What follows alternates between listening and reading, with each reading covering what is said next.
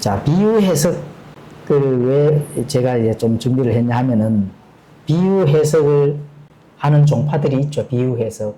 어느 종파예요? 비유 해석하니까 박지영 형제님이 씹고 있는데, 예? 신천지들하고 이렇게 많이 또 싸움을 해본 이 경험이 있어가지고, 예? 아니, 이런 비유 해석이, 신천지 같은 경우에는, 자, 신천지에서 대표적인 비유 해석이 뭐가 있죠? 보혜사, 예? 보혜사 성령님이 누구라고? 의만이라 하잖아. 예. 그렇죠. 그리고 예루살렘의 어머니를 자기 그들의 어머니라고 하는 종파들이 있죠. 예, 하나님의 교회, 안상홍 증인의 예, 그거는 이제 안상홍이는 하나님이고, 장길자는 하나님의 어머니다. 야, 거기에 어리석은 지식인들도 많습니다. 지식층들도. 성경에는 사실 비유 해석이 예수님께서 해주시는 비유 말고 많은 경우 거의 이제 비유 해석이 사실 많이 나옵니다. 예? 자유자의 어머니, 또 계시록에 가면은 새 예루살렘 성이 우리 어머니 이렇게 하잖아요. 예, 그게 이제 비유인데, 예루살렘 성은 진짜 예루살렘 성입니다. 집입니다. 집.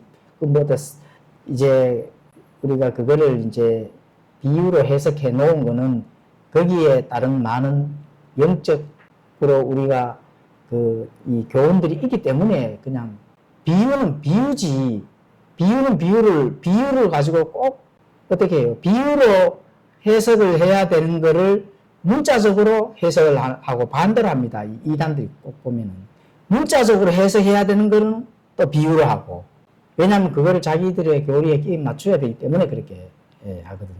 예, 그래서 그런 부분들. 그리고 이제 계속 비유 해석을 가지고 한다 하면 사실 끝이 굉장히 없는데, 몇 가지만 이제 하면서 또 다른 주제로 넘어가도록 그렇게 하겠습니다. 이제 우리 박지은 형제는 앞으로 공부를 좀 열심히 하셔가지고, 친구들, 많은 사람들이 접근에 분명히 옵니다. 접근에 오면은, 말씀의 검으로, 싸운다 하는 거는 바른 복음을 전한다는 얘기라. 우리가 말씀의 검으로 군사로 싸워야 된다 이러니까 그걸 문자적으로 봐. 그것도 비유입니다. 비유. 바른 복음을 바르게 그 사람들이 받아들일 수 있도록 권면을 한다 이런 뜻으로 받아들여야 되지. 싸운다 하면은 칼 들고 진짜가 싸우는 게 아니라는 거. 이걸 이제 그런 거를 진짜 비유로 잘 적용을 해야 돼. 해석은 그렇게 하지만 적용을 말씀을 좋은 바른 복음을 내가 이 좋은 것들을 함께 권면을 해야 되는구나. 전해야 되는구나. 이렇게 이제 받아들여야 된다는 거. 알겠죠? 그리고 열심히 내가 학교 공부도 열심히 하는 비례해서 성경 공부도 열심히 해야 된다 하는 그런 부분들, 그죠? 학교 공부는 사실 세상 공부는 쉽거든. 별거 아니거든요. 성경 공부가 사실 어려워요. 성경 신자가 된다 하는 게 이제 굉장히 진짜 어렵다니까. 하나하나 좀 이렇게 하나님께서 내 안에 계시는 성령님께서 그냥 단번에 좀 알 수 있도록 해주시면 좋은데 절대로 그렇게 하시지 않는다 하는 거예요. 아브라함에게 주는 말씀은 어디까지냐? 하늘의 별들과 같이, 바다의 모래와 같이 내 자손들을 많게 해준다 하는 거. 그거 계시밖에 없어요. 다윗에게는 더 많은 계시가 열려져 있지.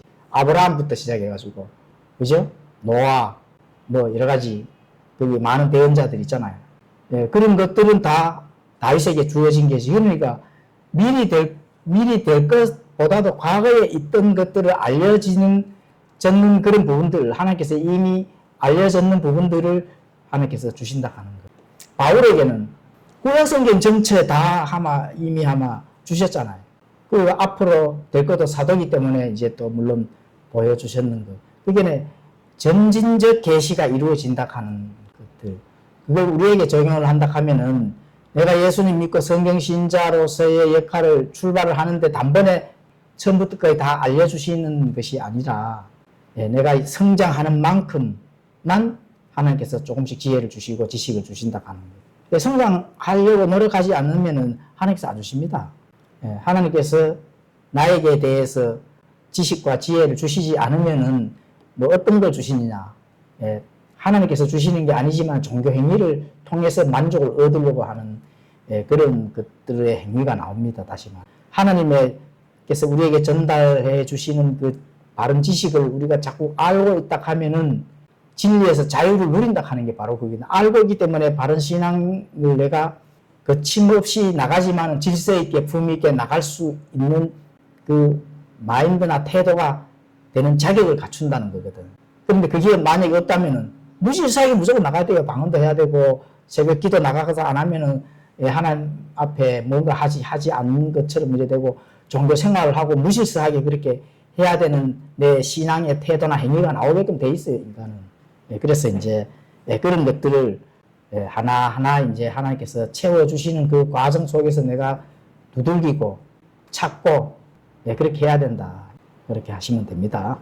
자, 오늘은 이제 모든 골짜기는 메워지고 모든 산과 작은 산이 낮아지며 이게 누가복음 3장 4절에서 6절까지 나오는 말씀을 가지고 한번 이게 과연 어떤 말씀인지 어떤 비유인지 우리에게 얻어지는 영적으로 적용을 해야 될 그 말씀은 무엇인지를 한번 살펴보도록 하겠습니다. 자, 누가복음 3장 4절에서 6절까지는 제가 읽도록 하겠습니다. 이것은 곧 대언자 이사야 말씀들의 책에 기록된 바와 같으니라. 그가 이르되 광야에서 외치는 자의 소리가 있어 이르기를 너희는 주의 길을 예비하라. 그분의 행로들을 곧게 하라. 모든 골짜기가 메어지고 모든 산과 작은 산이 낮아지며 구부러진 곳이 곱게 되고 험한 길들이 평탄하게 될 것이요 모든 육체가 하나님의 구원을 보리라 하였느니라. 자, 비유에서 첫 번째는 내가 수요일 날 이제 영상을 촬영했는 건데, 그거는 이제 진주 비유, 숨겨진 보물 비유, 그 마태복음에만 나오는 비유인데, 그 어떤 비유인지, 나중에 뭐, 궁금하면 영상을 한번 열어서, 이게 비유가 어떻게 우리에게 적용되는지 한번 살펴보시면은, 이해가 갑니다. 오늘은 이제 모든 골짜기가 메워지고 모든 산과 작은 산이 낮아진다. 이게 분명히 비유는 비유인데, 진짜 실제로 비유인지 아니면 비유라면은 어떻게 이거를 성경이 가르치는지 모든 답은 내가 뭔가를 찾아서 내가 개인적으로 찾아서 내 생각을 전달하는 것이 아니고 성경에서 답을 주는 걸 찾아야 됩니다. 항상 성경의 질문은 성경에 대한 의문은 답을 반드시 성경에서 찾아서 그걸 객관적인 사실로 제시를 해야만 그게 답이 되는 겁니다. 내가 개인적인 내 생각을 이게 이렇습니다 하면 그건 개인 생각에 불과한 거죠. 성경에서 답을 찾는 것이 아니다. 그건 사람의 생각이다. 이렇게 보시면 됩니다. 그래서 이런 것도 성경에서 나오는 그런 것들로 제시를 하면서 우리가 살펴보도록 하겠습니다. 자, 이 누가복음에서 나오는 거는 이사야서 40장 3절에서 4절의 말씀을 인용한 겁니다. 그렇죠. 광야에서 외치는 자의 소리가 있어 이르길 너희는 주의 길을 예배하라. 우리 하나님을 위해 사막에 큰 길을 곱게 만들라. 모든 골짜기가 도두어지고 모든 산과 작은 산이 낮아지며 구부러진 곳이 곱게 되고 험한 곳이 평탄하게 될 것이요 주의 영광이 나타나고 모든 육체가 함께 그것을 보리라. 주의 입이 그것을 말씀하셨느니라. 사실 우리가 과거에 개혁성경 가지고 많이 공부를 하고 또 이렇게 탐구를 했는데 지금 이제 킹제임스 흥정의 성경을 보잖아요. 그런데 킹제임스 성경을 우리가 우리말 성경으로 된 이 성경을 봤을 때 사실은 비유로 될 만한 문맥들을 뭔가 거기에 영적인 것이 있을까 해서 비유로 해석을 할 수 없도록 사실 성경이 잘 번역이 되어 있습니다. 이거를 그대로 우리가 문자적으로 해석을 하고 적용할 때는 이런 또 안에 있는 숨어 있는 교훈이 있구나 해서 건전하게 우리가 적용을 잘 할 수 있는 거 이게 중요한 거거든요. 그래서 개혁성경은 사실은 뭐 비유로 해석을 해버리죠. 그죠? 비유로 해석해버리니까 비유로 해석하기 때문에 이단들이 사실 많이 나오는 거거든요. 코에 검은 코골이 이거는 이것이다 저거는 저것이다 뭐 이렇게 이제 해석을 해버리면은 그게 무슨 해석이라고요? 사람의 생각으로 해석을 한다. 하나님 뜻하고 아무런 관련이 없는 거죠. 그래서 예, 그런 부분들을 우리가 참 킹제임스 성경을 믿는 이유의 첫 번째가 바로 그겁니다. 예, 해석은 할 필요가 없이 이 부분이 어떤 부분인지를 성경이 바로 다 가르쳐 주고 그대로 그냥 받아들이기만 하면 되는 거기 때문에 예, 그렇습니다. 그래서 지금 이 위의 말씀은 침례자 요한이 광야에서 회개를 외치고 우리가 요한복음 강의 초반에 들었잖아요. 그죠? 예, 외치고 또 예수님의 사역의 길을 먼저 준비하는 예, 그 말씀입니다. 그래서 이사야 40장 3절에서 4절에 대한 그 대언의 말씀이 성취되는 그 말씀입니다. 성취되는 그 말씀. 그분의 행로들을 예, 곱게 하라. 그분의 행로들을 곱게 하려고 하면은 많은 부분 뭔가 예수님의 행로가 바르게 갈 수 있도록 돼야 되지 예수님의 행로가 굽어진다 하면 안 되잖아요. 그래서 예수님께서 하실 수 있도록 준비된 거 예, 이런 것들.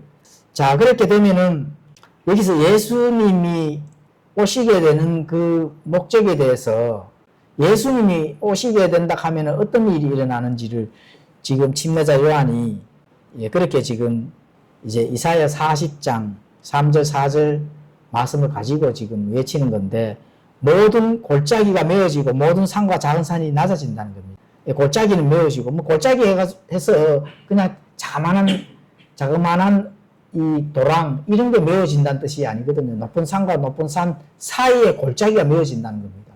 예, 그렇죠.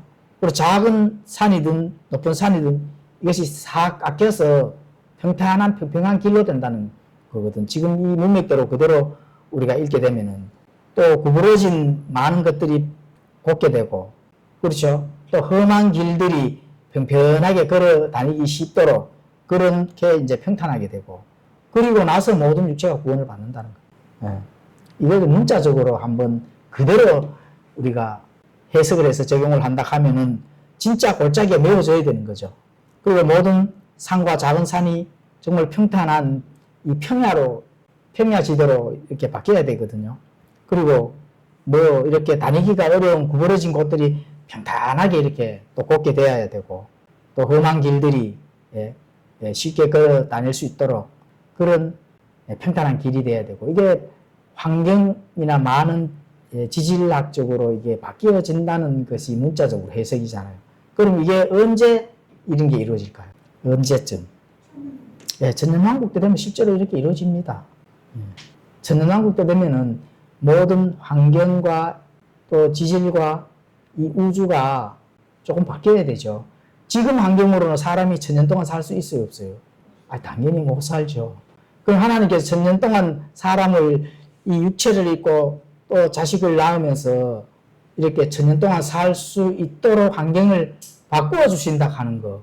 그것 때문에 또 이렇게 된 겁니다. 그렇죠? 그런데 예수님께서 초림 때 천년왕국이 이루어져야 안 이루어져요? 안 이루어지잖아. 그래서 이런 부분들은 우리가 문자적으로 해석을 했지만 우리가 영적으로 적용을 한번 해보자는 거지. 영적으로. 이게 이제 비유 해석의 목적이 되는 겁니다. 자, 모든 육체가 구원을 보리라. 아니, 물론 모든 육체가 구원을 보기 위한 어떤 조건이 있겠죠. 그 조건이 골짜기가 메워져야 된다는 겁니다. 그리고 낮은 산, 또 구부러진 거, 또 여러 이런 부분들이 깎이고 평탄하게 원활하게 돼줘야 된다는 거거든. 그렇게 돼줘야만이 모든 육체가 구원을 보겠다는 그 이제 침례자 요한이 외치는 핵심적인 실제로 이게 교리입니다. 교리에 적용을 해도 사실은 됩니다. 자, 이게 이제 예수님이 어린 양으로 오시고 이루실 행로를 곱게 해야 될 영적 일들이라는 겁니다. 마지막. 그렇죠. 골짜기가 메어지고 또 높은 산, 작은 산들이 깎여야 되고 이런 부분들이 바로 왜 침례자 요한이 이것을 이렇게 표현을 했을까? 예수님이 어린 양으로 오시면서 어린 양으로 오시고 이루실 행로를 곱게 해야 될 영적 상태, 영적 마인드를 그렇게 가져야 된다. 또 그런 영적 일들이란 겁니다. 그렇게 해야 될 일들, 예수님께서 오셔서 해야 될 일들.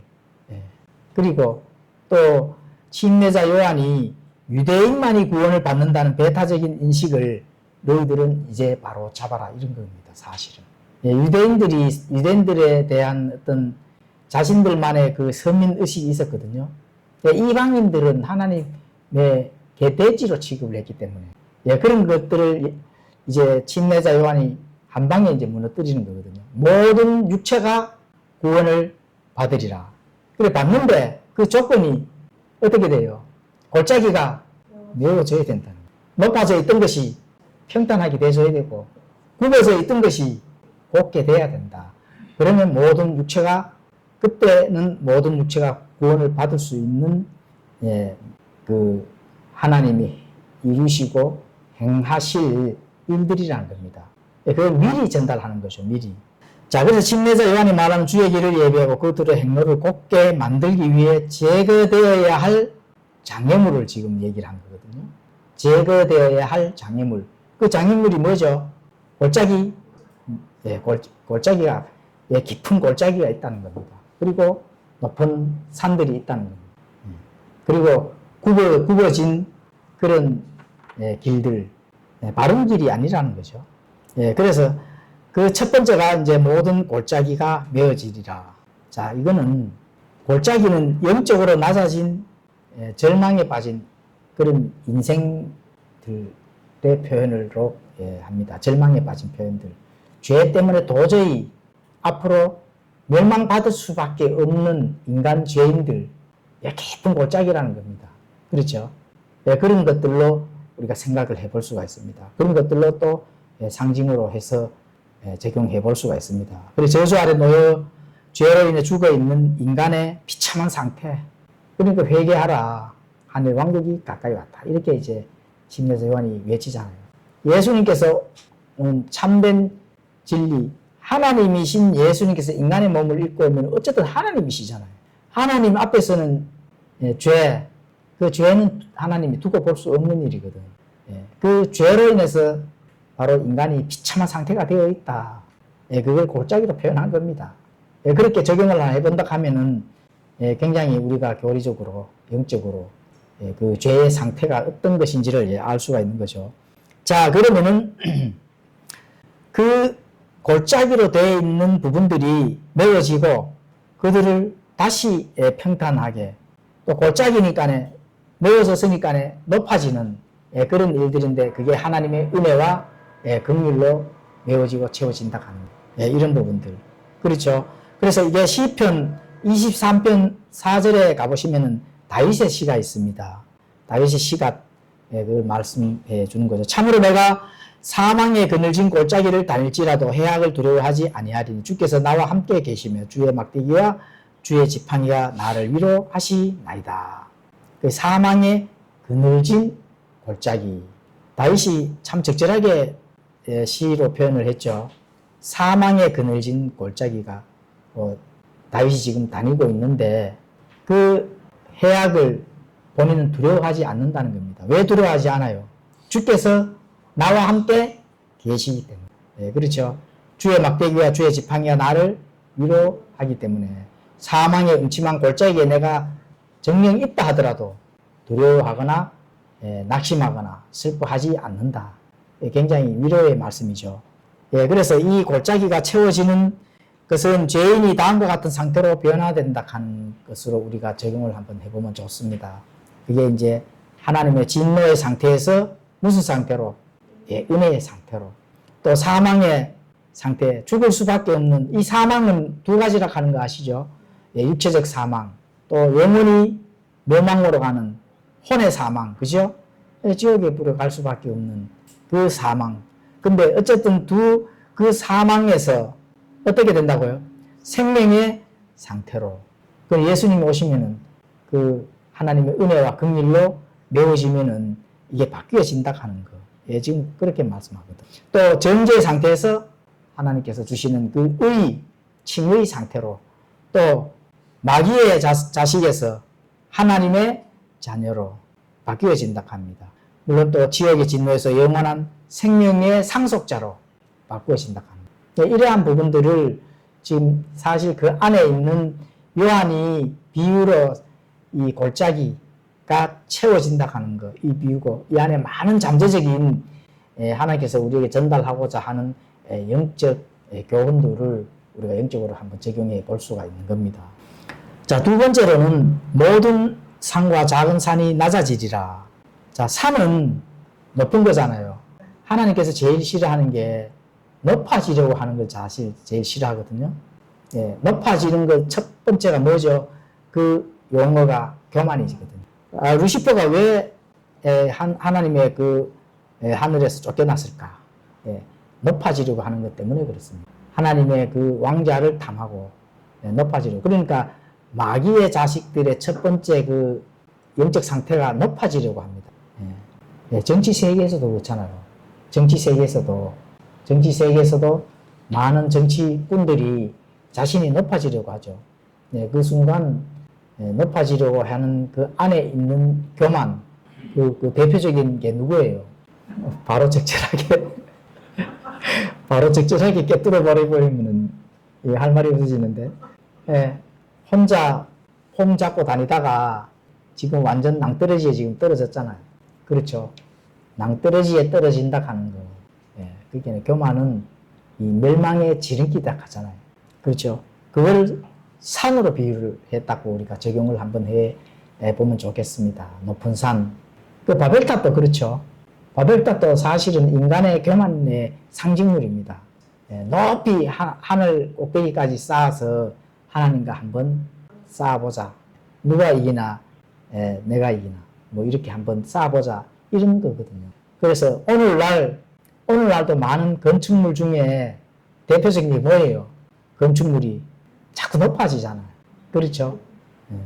저기 중동 어디에요? 제일 높은 빌딩이 300층 된다 하던데, 모래사장에다 그 많이 높은 걸 짓다 하던데. 그래서 산은 교만하고 오만한 존재들을 상징합니다. 높은 거. 자, 이 비유는 당시 바리새인들의 교만을 겨냥하는데, 그들은 스스로 의롭다 여기며 다른 사람들을 멸시했고 자신들이 하나님의 언약 백성이란 특권, 또 지식의 유일한 소유자, 이런 것들로 높아짐의 이 교만한 그 영적 상태, 정신 상태로 이렇게 의시되며 다녔다. 그죠?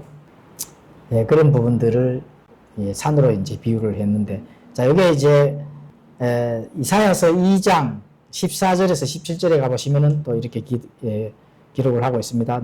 모든 높은 산과 위로 높아진 모든 작은 산과 모든 높은 망대와 모든 견고한 성벽과 다시스의 모든 배와 모든 아름다운 그림에 닥치리니 사람의 거만함이 꺾이겠고 사람들의 오만함이 낮아지리라. 그날에 주께서만 홀로 높아지실 것이며. 그렇죠. 여기서 모든 높은 산, 위로 높여진 모든 작은 산, 모든 높은 망대, 견고한 성벽, 또 다시스의 모든 배, 아름다운 그림의 이런 부분들, 다시스의 모든 배, 이런 부분들이 거만함, 교만을 지금 말씀하죠.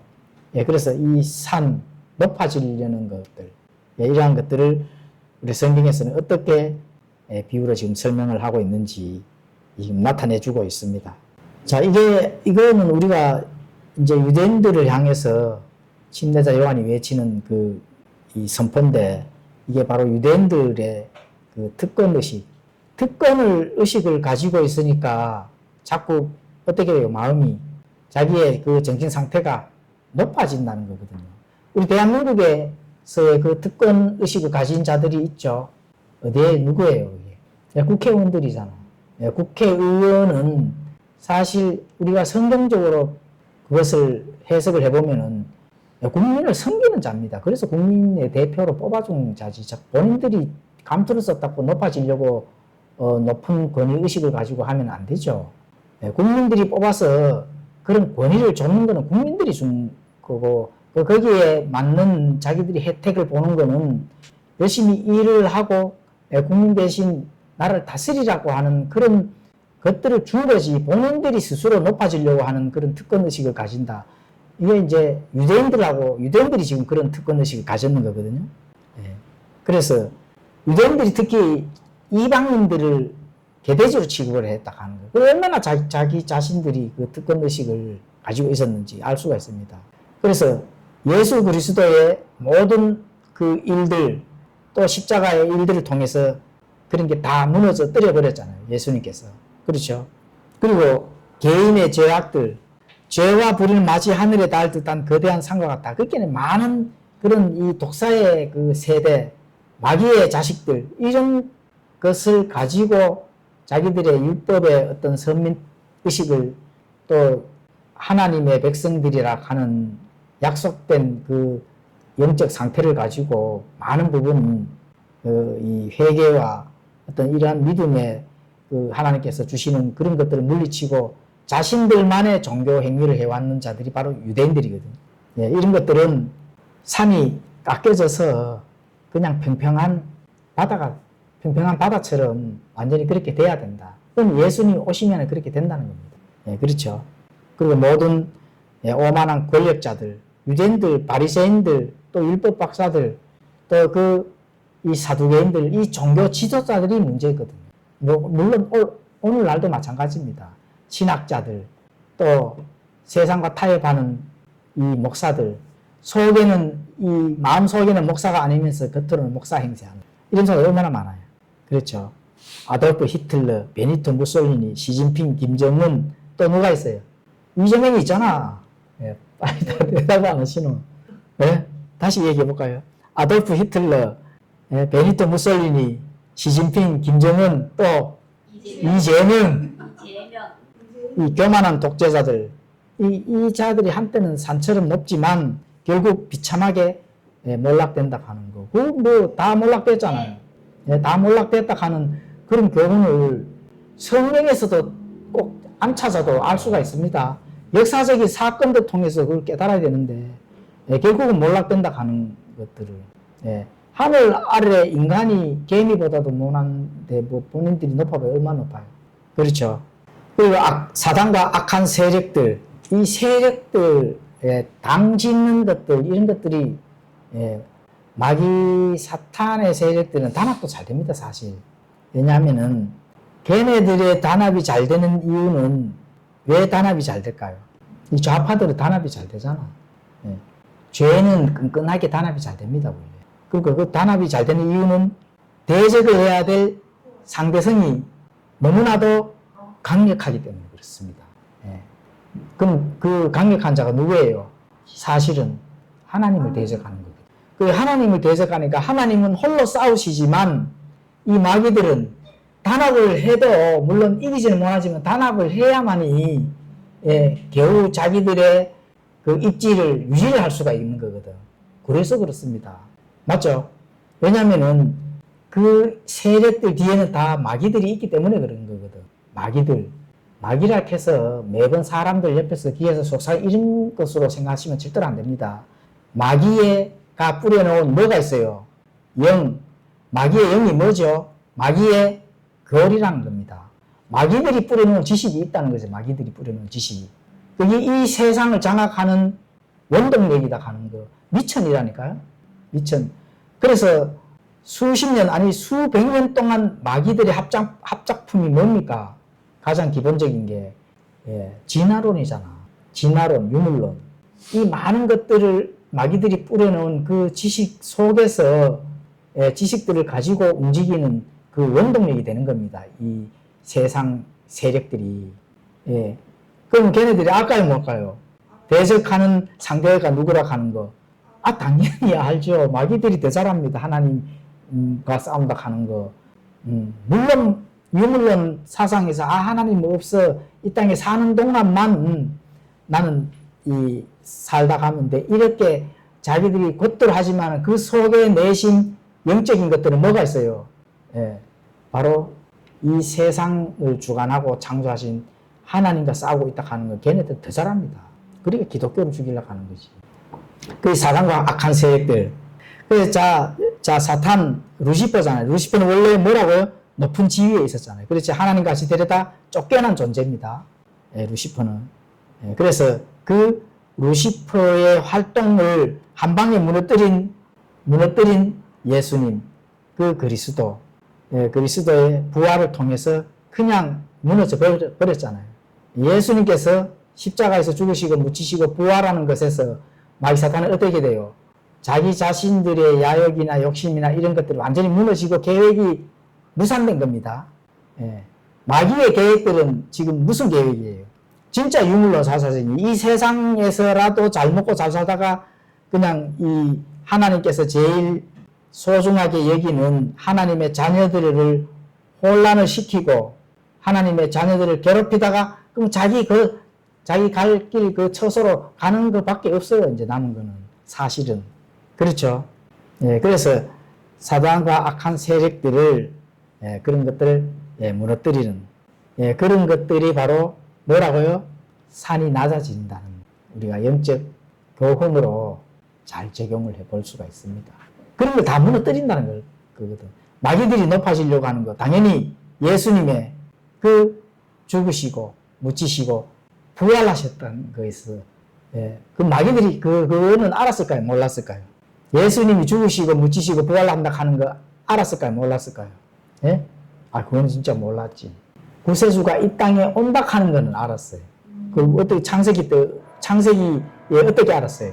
창세기 3장 15절에 그렇죠. 여자의 씨로 이 그리스도가 구세주가 온다 하는 거 마귀는 알았는 거거든. 그러니까 여자의 씨로 오는 것만 막으면 되겠구나. 마귀 사탄은 지금 그것만 알고 있는 거예요. 그러니까 계속 어떤 방해를 지어요? 혈통을 방해를 지우잖아. 그렇죠? 그리고 또 창세기 6장에 가보면은 또 담루스도 나오고, 그죠? 여자의 씨. 그러니까 여러 가지 그런 것들을 통해서도 보면은 그 마귀들이 과연 어떻게 이 세상을 오염시키고 하나님을 대적하는지 우리가 이제 알 수가 있습니다. 자, 그리고 이 산이 낮아지도록 해주신다 하는 거에 첫 번째, 이제 마지막 이유가 인간의 허영심 때문에 그렇습니다. 부와 지혜는 사람을 교만하게 만들어 다른 사람을 업신여기게 하고, 그렇죠.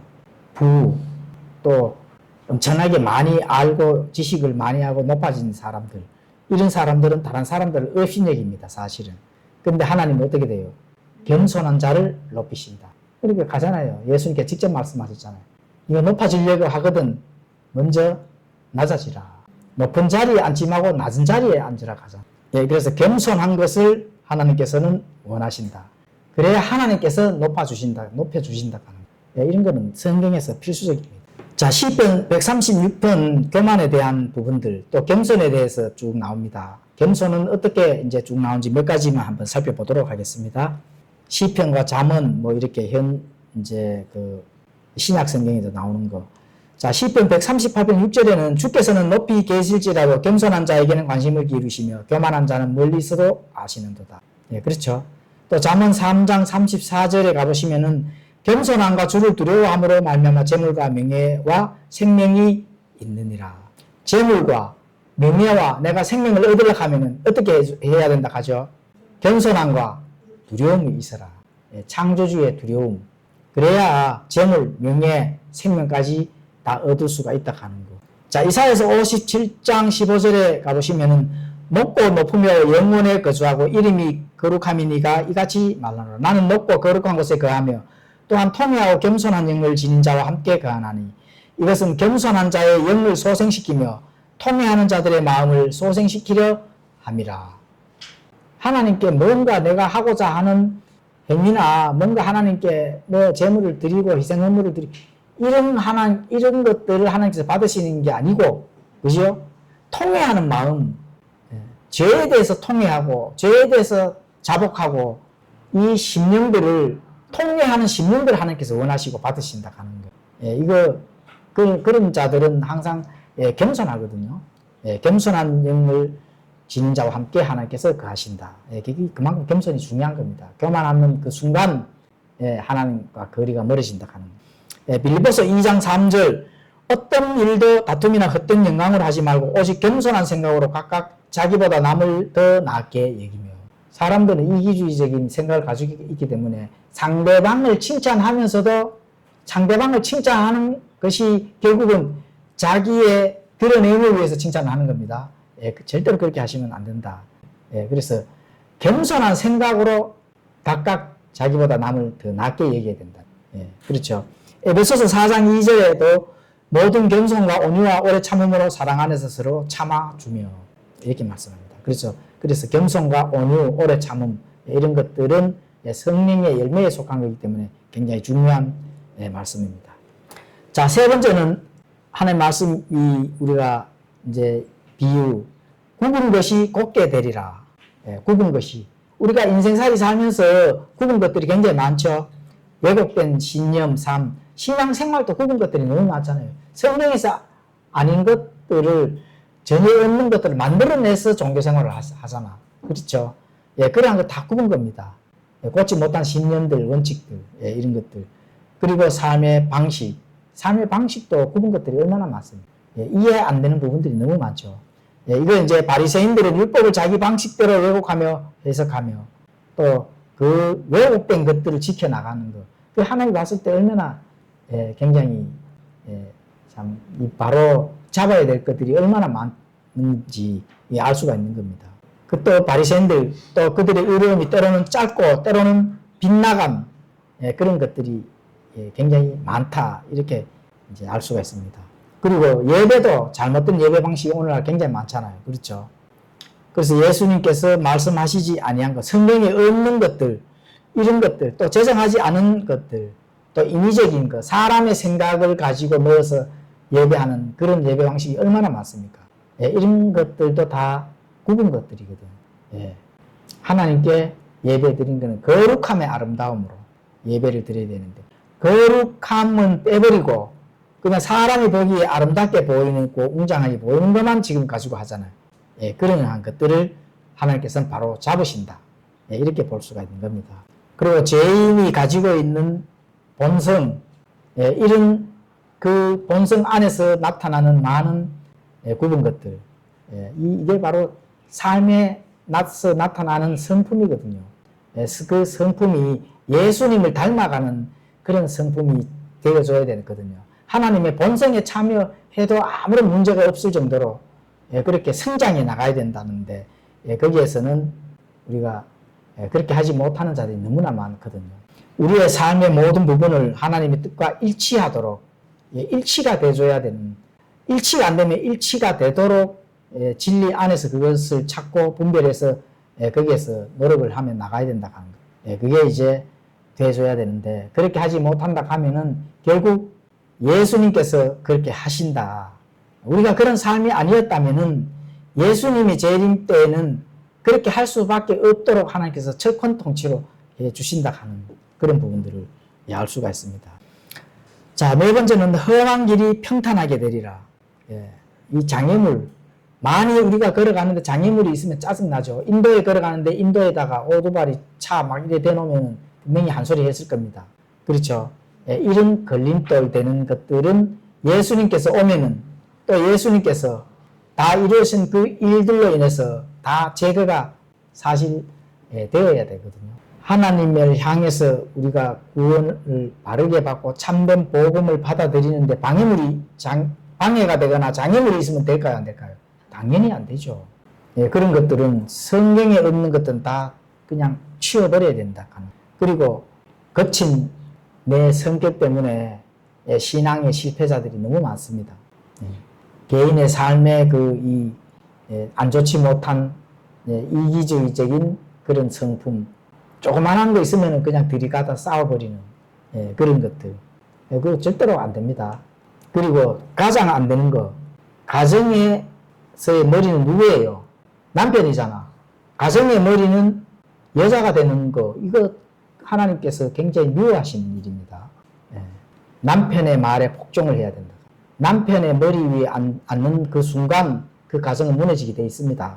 그래서 물론 남편이 생활 속에서의 또 이 세상에서의 구원받지 못하는 이런 가정들은 품위와 질서를 지켜가면서 잘 행함으로 인해서 본을 보여서 남편을 전도하는 게 목적이 돼야 줘야 되고, 또 남편이 신앙생활을 잘 하면은 그 밑에서 내조를 잘하고 또 남편의 하는 그 일들의 모든 말의 권위에 순종을 해야 된다. 이 성경이 가르치는데 그냥 남편 말하는데 덤벼버렸다. 이 골치 아픕니다. 그런 거는. 그러면 거친 성품 이런 것들은 안 된다 절대로. 그리고 개인적인 삶에도 반드시 포함되는 것들, 이런 것들은 험한 이런 장애물들은 내가 신앙생활 하는 데서 어떻게 돼요? 치워버려야 된다는 거예요. 그래야 신앙생활 하는 데서 평탄하게 가는 겁니다. 예. 평탄하게 되는 길을 가려면은 이러한 나의 장애물이 되는 거친 성품도 치워버려야 되는 겁니다. 예, 그거 하나 못 하는데 무슨 신앙생활을 한다고 그러면 이중성격자가 되고 위선자가 된다 하는 거 꼭 기억을 하셔야 됩니다.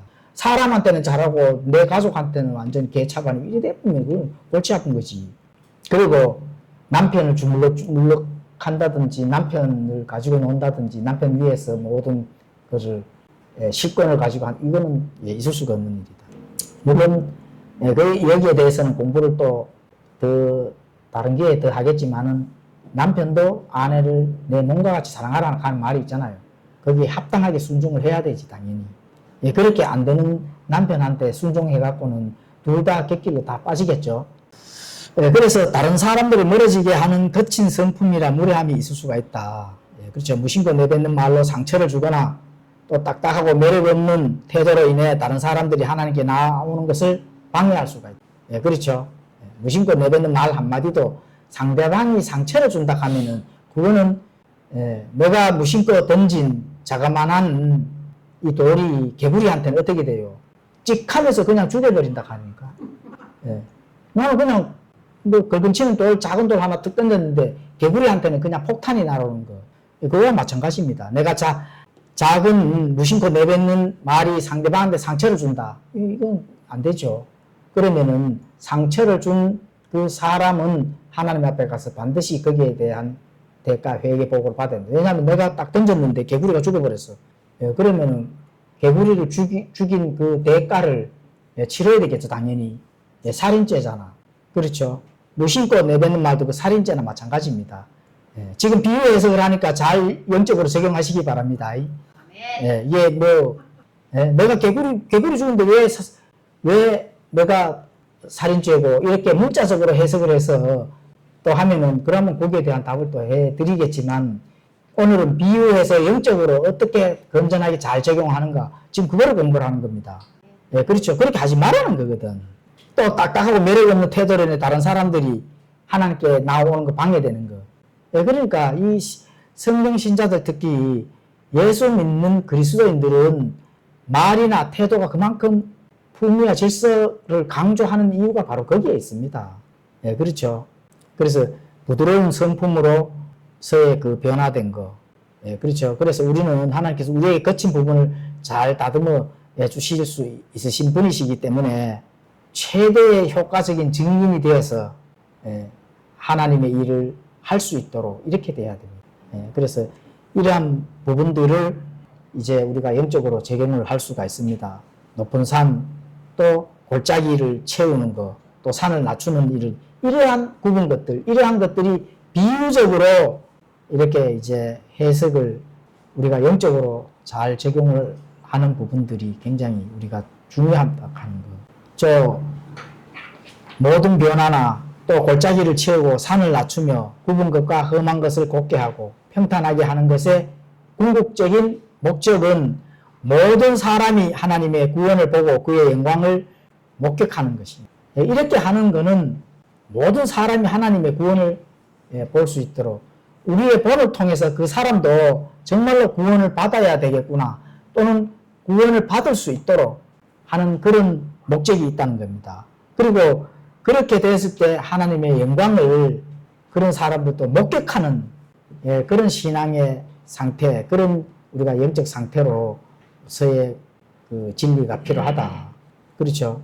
그래서 예수님께서 세상에 오셔서 또 그 예수님이 또 하나님이 사람을 얼마나 사랑했는지 독생자까지 주시고 그렇게 하나님께서 희생을 하시는 그러한 것들을 깨닫는다 하면은 또 거룩함, 진리, 은혜 이렇게 베푸시는 그 삼위일체 하나님에 대한 그 영광스러운 그 속성을 우리가 여기에서 알 수가 있는 겁니다. 그래서 굽은 것들, 산을 낮추는 것들, 이런 것들은 다 하나님의 영광된 것들을 우리가 드러내고 나타내고 또 이러한 것들을 하기 위해서 하나님께서 그렇게 골짜기도 채워주시고 높은 곳도 낮아지게 해주시고 굽은 것도 바로 했을 때 그때가 이제 출발선입니다. 사실은.